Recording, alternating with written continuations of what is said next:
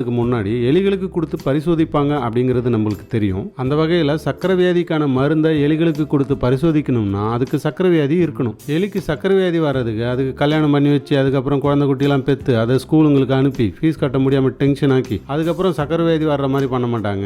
Alloxan அப்படின்ற கெமிக்கலை டைரெக்டாக அதுக்கு இன்ஜெக்ட் பண்ணால் போகிறோம், மறாவது நாளே அதுக்கு சக்கரை வியாதி வந்துடும். இதை ஏன்பா இப்போ சொல்கிற அப்படின்னு கேட்டிங்கன்னா, மதுரை மருத்துவக் கல்லூரி பேராசிரியர் அவர்கள் தென் மாவட்டங்களில் மைதா உணவுகளில் பிரதானமான பரோட்டா உணவுகளை எடுத்து ஆய்வு பண்ணதுல இந்த அலாக்சான் என்ற கெமிக்கல் அளவு கடந்து இருக்கிறத கண்டுபிடிச்சு சொன்னார். அதனால தானோ என்னவோ தெரியல, பரோட்டாவை கேரளாவில் முழுமையா தடை பண்ணிட்டாங்க. வெளியே போய் நம்ம சாப்பிட்ற உணவுகள்ல 70% உணவுகள் மைதா உணவுகள் தான். இவ்வளவு சொன்ன அப்புறமும் தேடி தேடி மைதா உணவுகளையே சாப்பிட்டோம் அப்படின்னா அப்புறம் என்ன? சக்கரை இனிக்கிற சக்கரை, உடம்பு மேல என்ன அக்கறை, நீ விற்கிற நான் திங்கிறேன், பிரஷரு சுகரு கிட்னி ஃபெயிலியர்னு